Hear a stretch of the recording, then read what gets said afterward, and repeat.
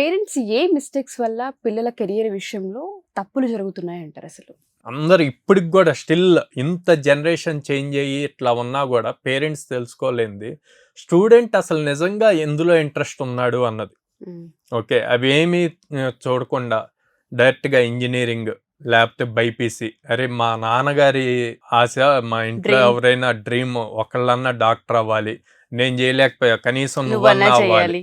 అసలు దీనికి నిజంగా ఇంట్రెస్ట్ ఉందా తీసిపోయి వేస్తారు. 3 years 4 years అంటే ఇంటర్మీడియట్ అయ్యాక ఇంజనీరింగ్ జాయిన్ అయ్యేటప్పుడు స్టూడెంట్ మైండ్ సెట్ ఎలా ఉంటుంది అంటే ఐఫోన్లో ఏం ఆప్షన్స్ ఉన్నాయంటే చెప్పగలడు, కానీ నీ కెరీర్కి ఏం కావాలి అంటే చెప్పగలిగే పొజిషన్ లేదు ఇప్పుడు సొసైటీలో.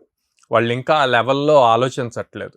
అలా ఆలోచించలేని వాళ్ళకి ఆబ్వియస్లీ పేరెంట్స్ డెసిషన్స్ తీసుకుంటారు, జాయిన్ చేస్తారు.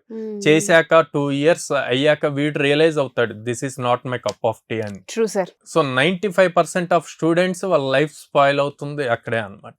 చాలా ఇంపార్టెంట్ టైం పీరియడ్లో డెసిషన్స్ ప్రాపర్గా తీసుకోక పేరెంట్స్ ప్రాపర్ గైడెన్స్ లేక ఇక్కడ స్పాయిల్ అవుతుంది.